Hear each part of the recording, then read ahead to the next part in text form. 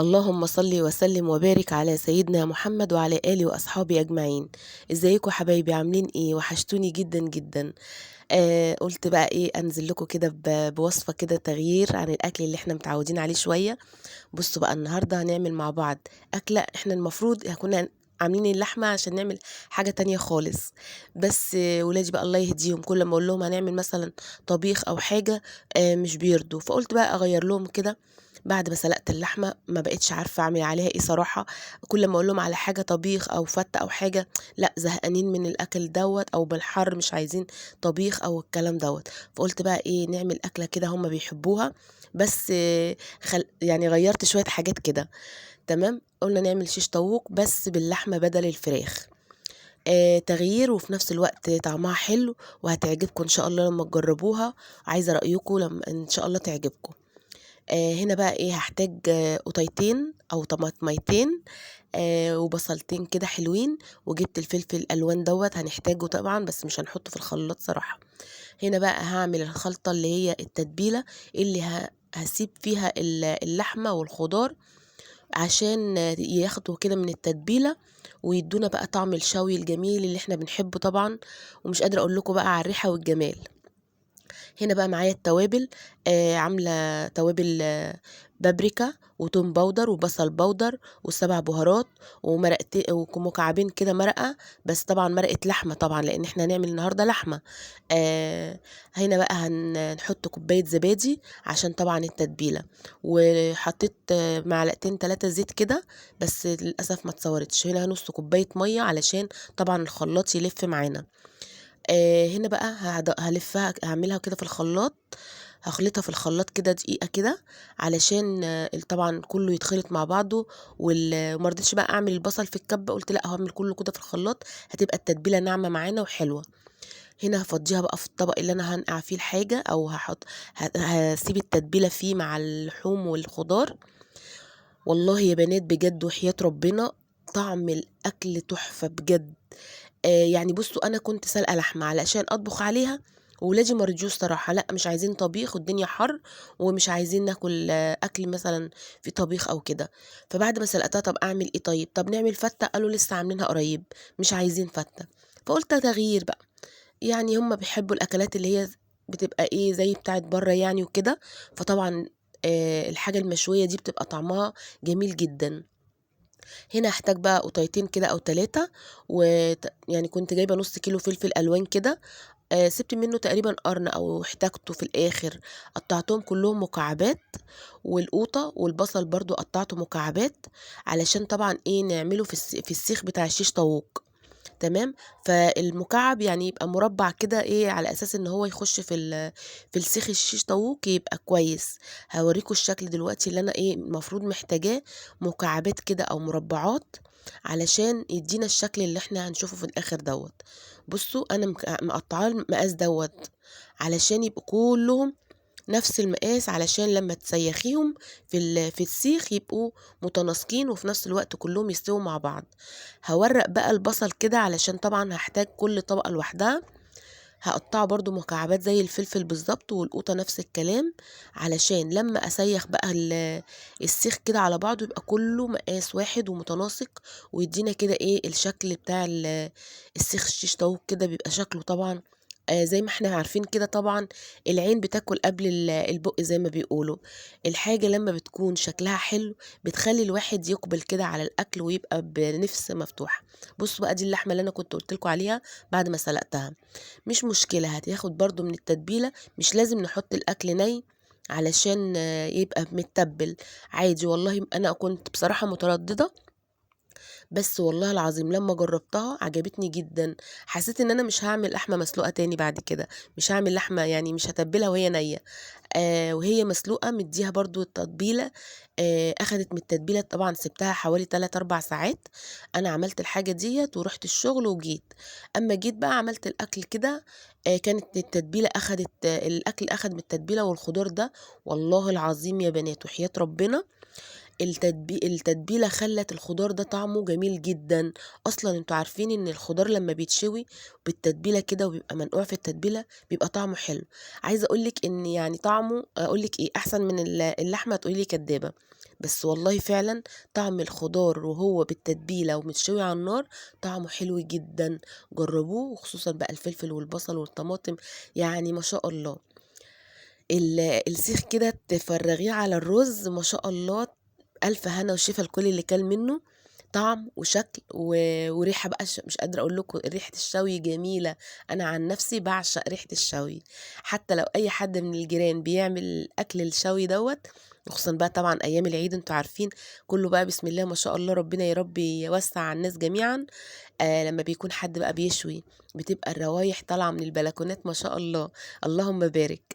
فأنا طبعا بحب الريحة صراحة يعني. هنا بقى هنبتدي نعمل، أنا شلت بقى التتبيلة ديت في التلاجة، علشان ايه اما اسيبها 3 4 ساعات كده، ولما ارجع بقى من الشغل كنت ايه هعملها. هنا بقى نبتدي نعمل الرز.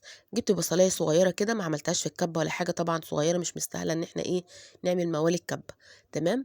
هعملها كده على ايدي تقطيع صغير، ما خدتش في ايدي دقيقه على بعض، وقطعتها مكعبات صغيره خالص على قد ما تقدري نعميها. تمام. عشان هنحمرها كده مع بعض، وفي معلقتين 3 زيت كده، علشان نعمل الرز. هنعمل بقى الرز اللي هو ايه، اللي هو الاصفر، اللي هو الرز البخاري، اللي هو اللي بيبقى يعني الرز اللي هو الاصفر دوت، اللي هو اسمه رز مبهر. تمام. انا عماله افتكر في كلمه مبهر، معلش تايهه عن بالي خالص. هنا بقى قبل ما احط التتبيله، هحط البصله هشوحها كده في 3 معالق زيت كده، وهنا هشوحها لحد ما لونها يصفر كده شويه. وبعد كده هحط بقى التتبيله، اللي هي التوابل بتاعه الرز المبهر، بتاعه مايوي. تمام. اهي العلبه دي بتاعتها، هحط منها معلقه حلوه كبيره كده، وبعد كده هزود عليها كمان معلقه بتاع دوت كركم، ومعلقه كاري. معلقه كركم ومعلقه كاري هتدينا بقى اللون الاصفر الغامق الحلو الجميل دوت. هي التوابل دي بتدينا طعم واللون، بس مش بيكون لون يعني مش بيكون لون غامق قوي. اهو بصوا بقى، ده لون الكركم والكاري، الاتنين دول مش قادره اقول لكم، لما تشوحوا كده في الزيت والبصله، والله العظيم ريحه الاكل كانت تحفه. الريحه بقى لما البهارات بتستوي في الزيت، بتتحمص كده في الزيت، بتدينا بقى ايه، الريحة الحلوة. وهنا بقى اللون لما يغمق شوية هيدينا اللون الرز الغامق الحلو الأصفر الغامق اللي انت شفتوه في أول الفيديو. تمام. هنا بقى احط الملح واغسل الرز. طبعا ده رز مصري عادي على فكرة، مش رز بسمتي ولا حاجة. لو عايز تعملي رز بسمتي تمام، مفيش مشكلة، بس انا بصراحة ما كانش عندي رز بسمتي، انا عندي الرز المصري العادي وبعمله بيبقى زي الفل. بصوا بقى، هنا غسلت الرز وسقطته بقى في المية بتاعته والتوابل طبعا اللي احنا عملناها مع بعض. وهنا بقى ايه هسيبه يغلي لحد ما يتشرب كده شويه، وهدي عليه النار، وهنقله على العين التانية علشان ابتدي بقى ايه اجيب الشوايه بقى. بصوا الشوايه دي انا جايباها بقالي حوالي 3 4 سنين، بصراحه كانت ساعتها ب50 جنيه. بصوا، هتقولوا لي 50 جنيه ازاي ومش عارف، طبعا اكيد دلوقتي الاسعار غليت، بس انا مش عارفه صراحه هي دلوقتي بكام، هي عندي بقالها كتير. تمام. وبصراحة مش بستخدمها كتير علشان ما كنتش حابة ان انا استخدمها، بس لما جربتها من قريب عجبتني. قلت طب وانا شايلاها يعني مش مستغلياها ليه، انا هستغلها بقى في حاجات زي كده. بصوا، هي كانت على الكرتونة مكتوب ان هي بتستخدم في كذا حاجة. ممكن تعملي عليها الستيك او البانيه، اي حاجة عايزة تشويها، او شيش طاووق زي ما احنا هنعمل كده النهاردة. بصوا هو ايه، هو مش شيش طاووق، بس احنا عاملينه باللحمة، بس نفس الشكل بقى والاسياخ بقى والحركات والحبشتكنات زي ما احنا بنقول. هنا بقى هنجيب الاسياخ ديت، كنت جايباها في فيديو المشتريات، مش عارفه بقى تقريبا لسه ما نزلكوش. هبقى انزله لكم. هنا بقى ايه كنت جايبه شويه مشتريات كده، وجبت الاسياخ دي، قلت هتنفعني في ايه في اي وقت كده احتاجها على غفله، وفعلا الحمد لله ان انا كنت ايه جبتها.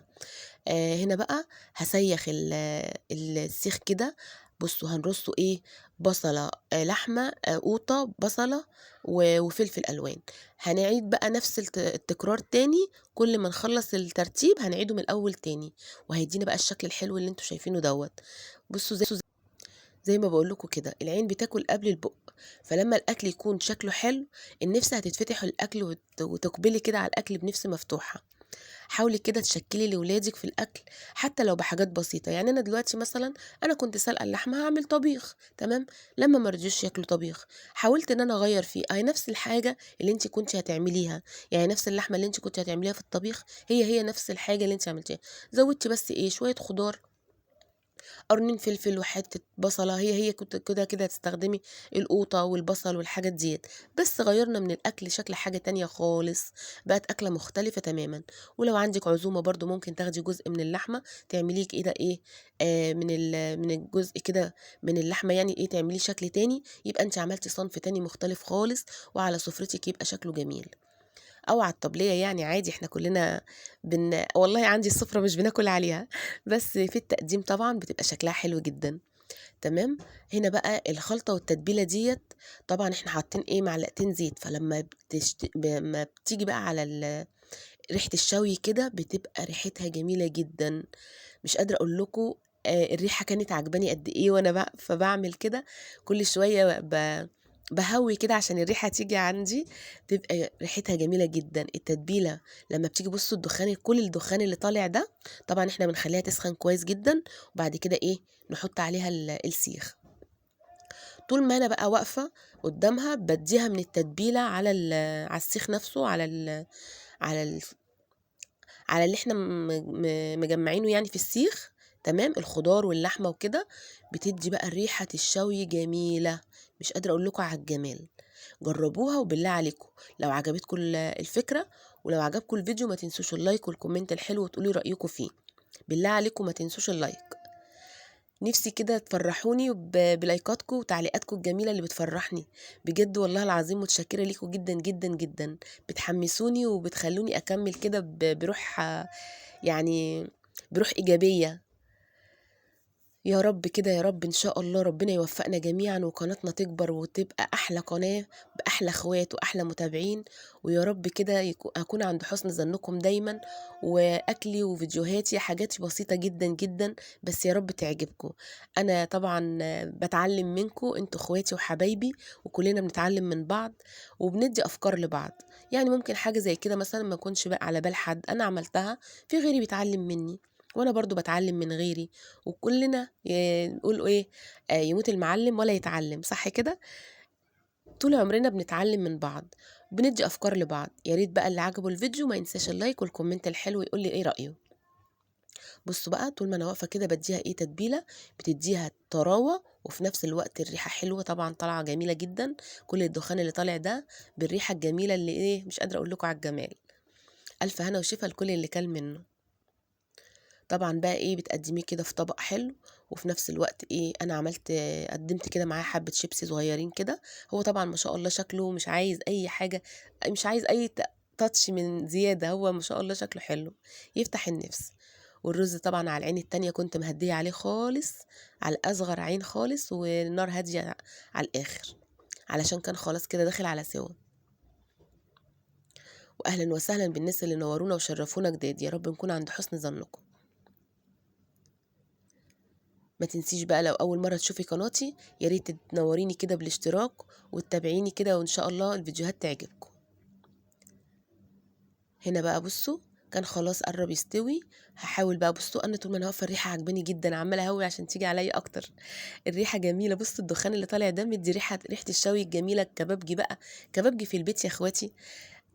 قولي بقى ايه، كده يعني. بصوا هنا كده خلاص كنت خلصت، طلعت طبعا ال اللي انا حطيته الاول استوى، حطيته في الطبق وطلعت حطيته تاني، حطيت غيره، وكده بقى الرز استوى. بصوا خلاص كده ما الفلفل وجميل جدا.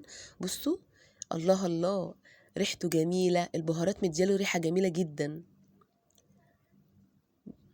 هنا بقى بصوا بقلبه ومتاكدت ان هو ما شاء الله استوى ومفلفل وجميل، مفيش اي حاجه لازقه، مفيش اي حاجه معجنه، ما شاء الله. اللهم بارك، الف هنا وشفا لكل اللي كل منه. هطفي النار بقى كده واغرفه ونقدمه للي هياكل الف هنا. اتاكدت بقى انه كله مستوي جميل، مفيش اي حاجه ولا لازقه ولا معجنه ولا اي حاجه، لازم طبعا ادوقه كده واتاكد. ما شاء الله جميل جدا، الف هنا. بصوا لونه جميل جدا، البهارات مدياله طعم وريحه ولون كمان. هنا بقى حبه شيبسي كده صغيرين على إيه، على الجناب كده، علشان طبعًا آآ يعني اللي عايز ياخد شيبسي كده يبقى مع نَفْسه، يعني إيه، آآ مدّيها touch كده حلو. طبعًا الأكلات دي أنتم عارفين طبعًا بتبقى عايزين بقى إيه، شيبسي وحاجة ساقعة، وفي نَفْس الوقت لو كاتشب والّا حاجة، بس هو ما شاء الله مش محتاج يعني، ألف هنا وشفا. بُصّوا بقى، حاجة بسيطة ما زوّدناش حاجات كتير ولا حاجة، والأكل كان شكله جميل وطعمه جميل، ولو عندِك عزومة ممكن تعمليه صنف إضافي مع الأكل اللي أنتِ عاملاه، وما شاء الله يشرّفِك وكده وينوّر كده سفرتِك، وحاجة بسيطة جدًا.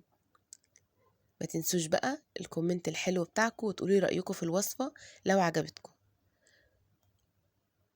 والسلام عليكم ورحمة الله وبركاته.